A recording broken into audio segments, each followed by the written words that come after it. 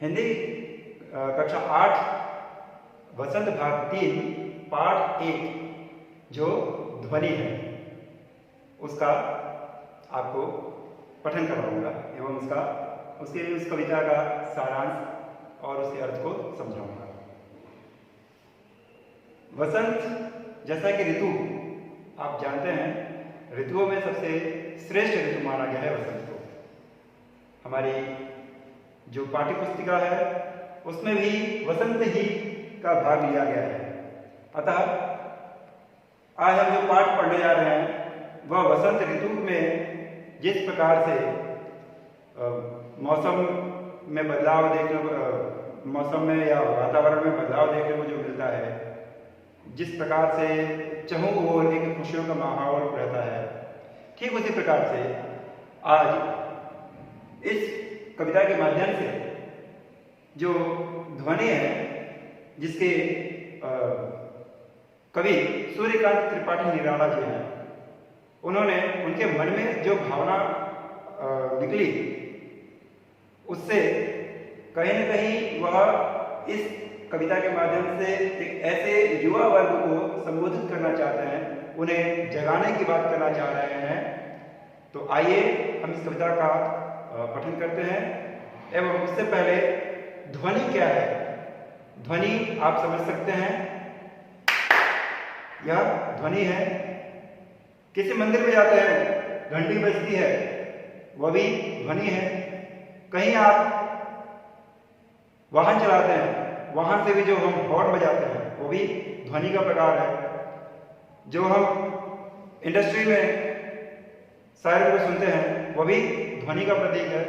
इस प्रकार से हमारे चहुं ओर ध्वनि का शब्द रहता ही है, यानी किसी भी प्रकार से आप समझ लीजिए ध्वनि आपके इर्द गिर्द मौजूद ही रहती है। फिलहाल सूर्यकांत त्रिपाठी निराला जी का जन्म जो है 1899 में हुआ था और उनकी मृत्यु 1961 में हुई थी। सूर्यकांत त्रिपाठी निराला छायावादी कवि हैं और वे उनकी रचना में क्रांति, विद्रोह और प्रेम की भावना व्यक्त होती है।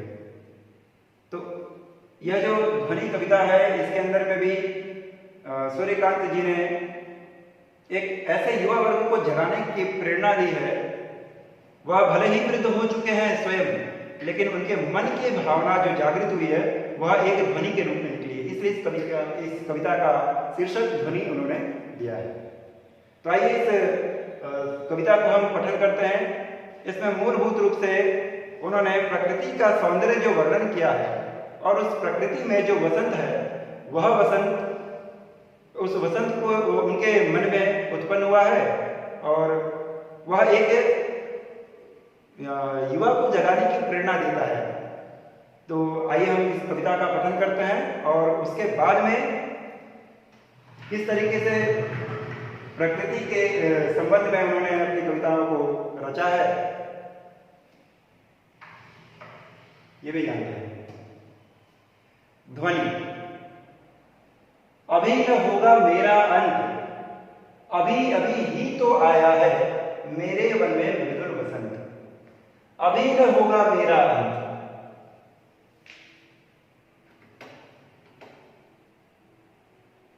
हरे हरे पात डालियां कन्या कोमल घात, मैं ही अपना स्वप्न मृदुल कर फेरूंगा निद्रित कलियों पर जगा एक प्रत्युष मनोहर। पुष्प पुष्प से तंद्रालस लालसा खींच लूंगा मैं, अपने नवजीवन का अमृत सहर्ष खींच दूंगा मैं। द्वार दिखा दूंगा फिर उनको, है मेरे वे जहां आनंद, अभी न होगा मेरा अंत। यहां कवि कहते हैं अभी न होगा मेरा अंत। सूर्यकांत त्रिपाठी जी भले ही वयोवृद्ध हो चुके हैं, लेकिन उनके मन के अंदर में एक अलग जगी है, एक नई चेतना जगी है, जिससे अभी अभी वह अपने आप को युवा महसूस करने लगे हैं। अभी उनके मन की जो भावना व्यक्त हो रही है उसके नाते वह स्वयं का अंत नहीं मानते। तो अभी न होगा मेरा अंत, अभी अभी ही तो आया है मेरे वन में मृदुल वसंत। मृदुल अर्थात कोमल और वसंत, अभी अभी एक कोमल वसंत मेरे हृदय में आया है, अर्थात मेरे मन की जो भावना जागृत हुई है वह एक मृदुल वसंत की तरह जागृत हुई है। क्योंकि यह चारों दिशाओं में जो वसंत का वातावरण फैला है, जो वसंत से पुष्प और पत्ते ये पुष्पित हो रहे हैं, उससे उनके मन में एक नई चेतना जगी है, जिससे वह यह आभास कर रहे हैं कि अभी उनका अंत नहीं होगा। हरे हरे ये पात डालियां कलियां कोमल गात, मैं ही अपना स्वप्न मृदुल कर फेरूंगा निद्रित कलियों पर, जगा एक प्रत्यूष मनोहर।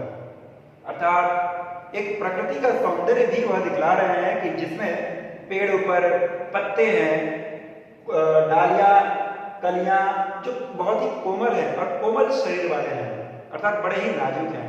आप देख सकते हैं वसंत का क्या महत्व रहता है कि वसंत के अंदर में चारों ओर जो पतझड़ के बाद में पतझड़ का अर्थात है कि जब पेड़ों के ऊपर से हर एक पत्ते झड़ जाते हैं और उसके बाद में जब वसंत ऋतु आती है तो चारों तरफ डालियों पर नए नए पत्ते आने लगते हैं, पुष्पित होने लगते हैं। इस प्रकार से वह चारों ओर वातावरण खुश मिजाज हो जाता है, जिससे एक नई चेतना जागृत होती है। तो यहाँ पर प्रकृति के बारे में भी कवि ने उस प्रकृति के सौंदर्य जिस प्रकार से वह देख रहे हैं उसका वर्णन कर रहे हैं कि हर एक डालियों को नए नए पत्ते दिखाई दे रहे हैं, हरे हरे, और डालियां जिसमें निकल रही है, कलियां खिल रही है, कलियां मतलब निकल रही है, और कोमल गात है जिनके अभी शरीर, गात अर्थात शरीर, तो जिसके शरीर अभी एकदम कोमल है, ऐसे पुष्प आ रहे हैं। मैं ही अपना स्वप्न मृदुल कर फेरूंगा निद्रित कलियों पर। अब वह उनके मन में जो चेतना जगी है वह अपने स्वप्न को साकार करने के लिए उन कलियों पर जो अभी भी निद्रित अवस्था में है, अर्थात जो अभी भी सोई हुई, जब भी पूरी तरीके से खिली नहीं है, ऐसे कलियों के ऊपर वह हाथ फेरना चाह रहे हैं। जगह एक प्रत्यूष मनोहर, वो भी जो कलियां अभी निद्रित अवस्था में है और उनके ऊपर वह इस प्रकार से हाथ फेरेंगे ताकि उन्हें एक नए सवेरे का आभास हो सके।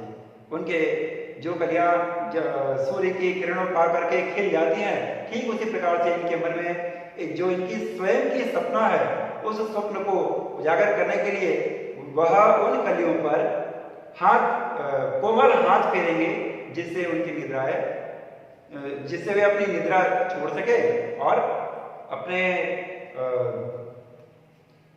एक नया सवेरा देख सके। अर्थात यहाँ पर उन कलियों के माध्यम से यह उन युवा वर्ग को भी संबोधित करना चाह रहे हैं कि जो कई समय से दुखी हैं, पीड़ित हैं, जिन्हें कोई सहारा नहीं दिखाई दे रहा, ऐसे लोगों के लिए यह स्वयं के अंदर जो निराला जी हैं, स्वयं के अंदर जो मन के अंदर में भावना जगी है, उस भावना से यह उन युवा को भी जागृत करना चाहते हैं।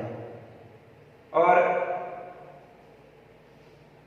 पुष्प पुष्प से तंद्रालस लालसा खींच लूंगा मैं, अपने नव जीवन का अमृत सहर्ष सींच लूंगा मैं।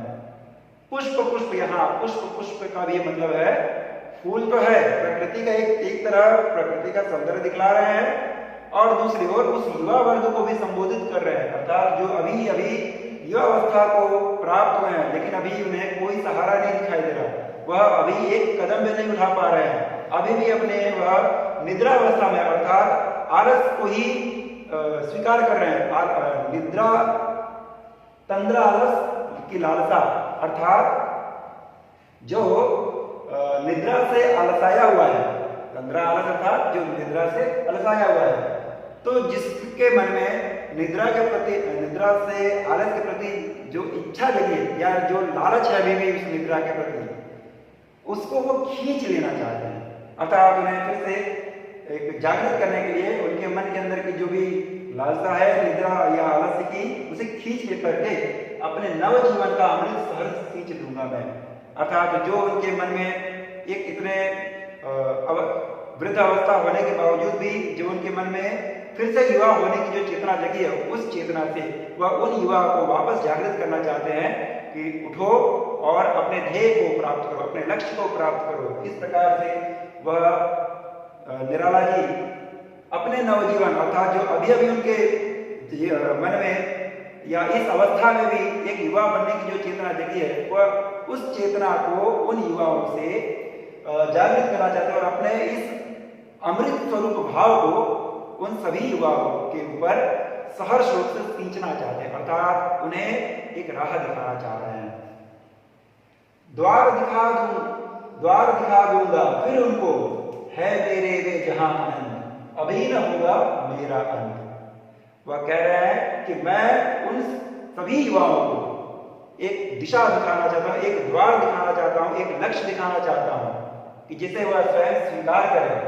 द्वार दिखा दूंगा फिर उनको, है मेरे लिए जहां आनंद, अर्थात जो निराश युवा है, जिनके मन में अभी भी यह है कि मैं कुछ कर नहीं पा रहा, मेरे पास ये समस्या है, इन समस्याओं से मैं पार नहीं पा रहा, ऐसे दुखी पीड़ित युवाओं को वह अपने इस नई चेतना से उनके मन में एक उस लक्ष्य को प्राप्ति के लिए एक दिशा दिखा रहे हैं, एक रास्ता दिखा रहे हैं। तो इसलिए कह रहे हैं कि जिसके बाद में एक नए सवेरे का वापस उनको राह दिख सके। तो अभी ना होगा मेरा, अर्थात जिस प्रकार वह उस लक्ष्य को दिखला करके उस लक्ष्य पे चलने के लिए प्रेरित करके उसके बाद की जो खुशियां है, उस खुशियों के नाते उन्होंने यहाँ पर अनंत का प्रयोग किया है। अर्थात जो भी पीड़ा अभी आपको महसूस हो रही है, उसके बाद में जब ये नई चेतना उस युवा के लिए समर्पित हो जाएगी, उसके बाद में उन्हें स्वयं उस सुख की, जब वो मेहनत करेंगे, उस सुख की अनुभूति बाद में अपने आप में होने लगेगी। इसलिए वो कह रहे हैं कि अभी भी मेरा अंत नहीं होगा, अर्थात मैं जब तक उन युवाओं को उनके लक्ष्य तक पहुंचा न दूं, तब तक मेरा अंत नहीं होगा, क्योंकि मेरे अंदर में उस वसंत ऋतु की तरह अभी भी एक नई ऊर्जा भरी पड़ी है, एक नया उत्साह है। वही उत्साह मैं उन युवा वर्गों में समर्पित करना चाहता हूँ, उन युवाओं को जगाना चाहता हूँ। इस प्रकार से एक युवा को भी यह संबोधित कर रहे हैं और एक जो वसंत है वह स्वयं को वसंत मान रहे हैं। उनके मन के अंदर में जो वसंत का भाव उत्पन्न हुआ है, उस वसंत से ही जिस प्रकार वह उनकी रचनाओं में, अपनी रचनाओं से उन युवाओं के लिए समर्पित कर रहे हैं कि वह भी आगे बढ़े और निराश न हो और अपने इस आलस्य को त्याग दें। इस प्रकार से निराला जी अपने कविता के माध्यम से हर एक युवा को एक लक्षित करके एक नई चेतना प्रदान कर रहे हैं। ठीक है, धन्यवाद।